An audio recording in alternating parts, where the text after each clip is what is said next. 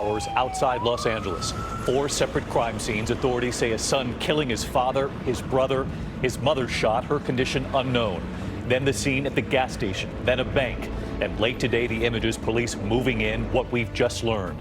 Also tonight, 16 U.S. Marines here in the U.S. pulled out of formation one by one, arrested in front of their peers, some accused of human smuggling for cash. Tonight, Jeffrey Epstein discovered unresponsive in his cell, marks on his neck. Did he try to kill himself? Did someone try to kill him? What we've learned tonight. The horrific attack in the nation's capital. Teenagers targeting a man outside a Washington, D.C. hotel. Police asking for the public's help tonight. What now after Robert Mueller told the American people he did not exonerate the president, as the president had repeatedly claimed? Well, tonight, Democrats and the divide on whether to impeach. The chilling new surveillance out tonight of that young Missouri woman, an Ole Miss student, right before she disappeared. Now the student from Texas charged in her murder. The deadly scene, an airport shuttle bus flipping today.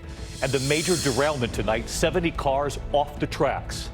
And America Strong, the boy and his dream to meet the piano man. He was not expecting this.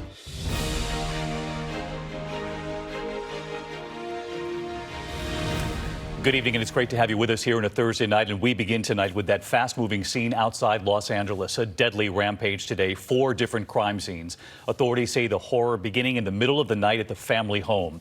Investigators say that's where a son shot and killed his father and brother and shot his mother, her condition unknown.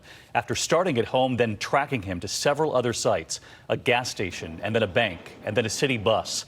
Late today, police moving in, and ABC's Clayton Sandell leads us off from California tonight. Tonight, the deadly Southern California crime spree spread across 4 different scenes, with 4 people dead, just now coming to an end. Officers in the San Fernando Valley near L.A. spending a tense 13 hours hunting for a man they say shot his entire family, but didn't stop there. Go ahead and add EMS. I got a total of 3 victims. Roger, 3 victims. The first call at 1:50 a.m. in a Canoga Park apartment building. Police say 26-year-old Jerry Zaragoza killed his father and brother. He also shot and wounded his mother. Don't approach him, as he's shown himself to be very dangerous. Less than an hour later, at this North Hollywood gas station, the LAPD says Zaragoza killed a female acquaintance and shot another man. Just before 8 a.m., police say he next tried to rob a customer at a bank ATM. Then, during the lunch hour, another shooting, this time on a city bus. He just got up and shot the dude in the chest, and everybody just scattered. One victim on the bus was killed. About an hour later, after a massive police search, Zaragoza was taken into custody. And Clayton Sandell joined us live tonight from California. And Clayton, we know police are now trying to determine some sort of a motive here.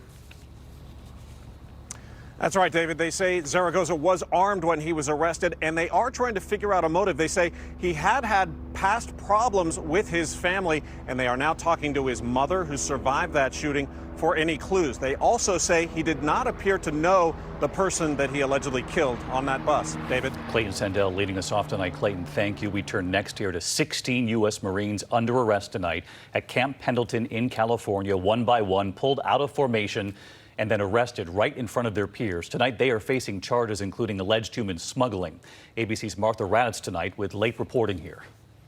The mass arrest came early this morning during a battalion formation at Camp Pendleton, the largest military base in California. One by one, the 16 Marines pulled from the formation by authorities in front of their peers, handcuffed and taken into custody. All are lower-ranking enlisted men arrested, said the Marine Corps, for alleged involvement in various illegal activities from human smuggling to drug-related offenses. These arrests were triggered after 2 Marines from the same base were charged earlier this month with transporting 3 undocumented Mexicans for financial gain. Those Marines were allegedly contacted by a recruiter in Mexico and told where to pick up the migrants once they crossed into the U.S. The documents say the Marines were spotted by a border agent just 7 miles from Mexico with the migrants in the back. One of the Marines who was arrested said he was promised $1,000 for the pickup. Their arrests triggered a broader investigation.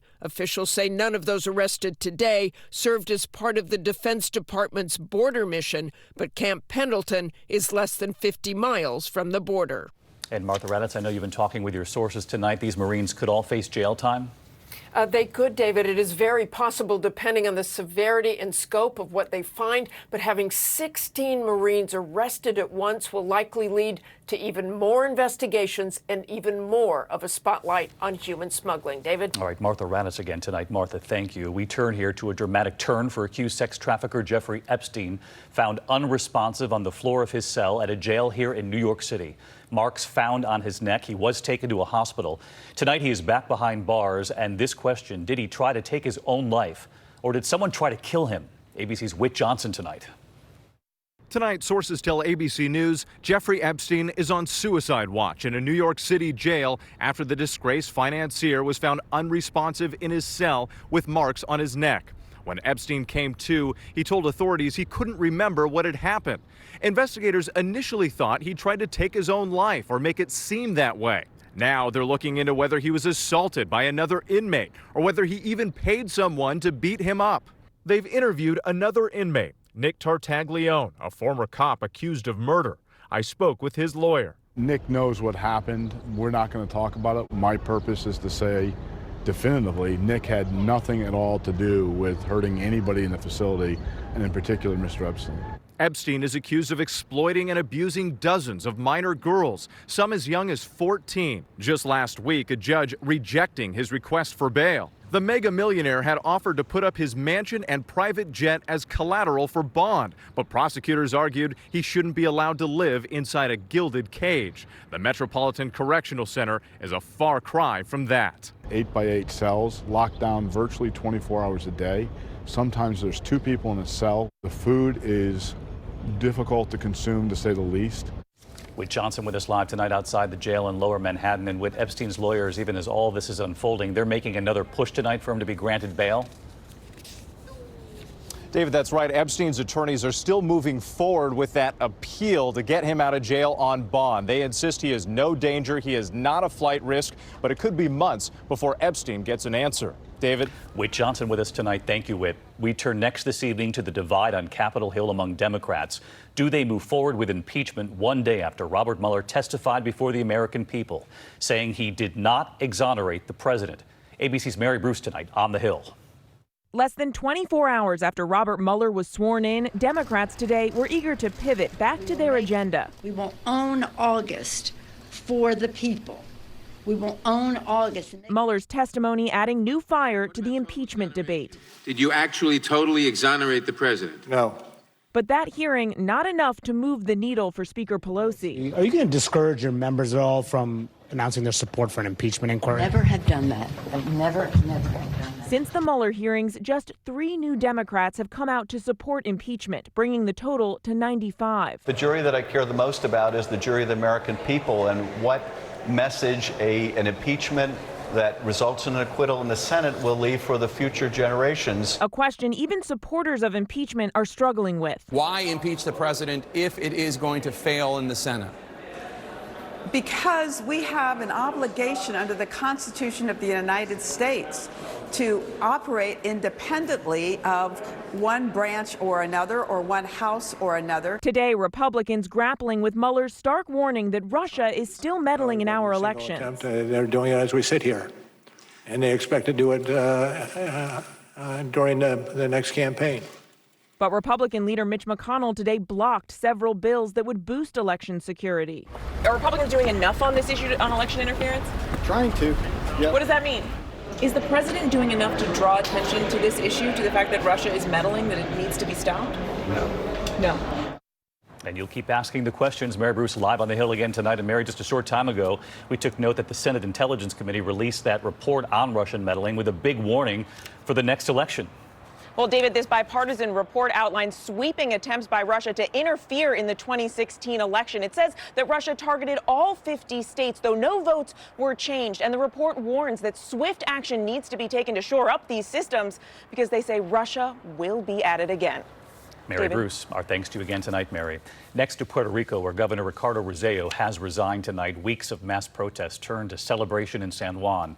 The call to oust the governor after sexist and homophobic text messages and emails were released In his address, Roseo said he will step down next Friday. The Secretary of Justice is in line to take over, but she's already under fire tonight for her handling of aid after Hurricane Maria. There was a grim warning today from the father of one of those teen suspects in Canada linked to the deaths of an American woman and her boyfriend found dead on a road trip.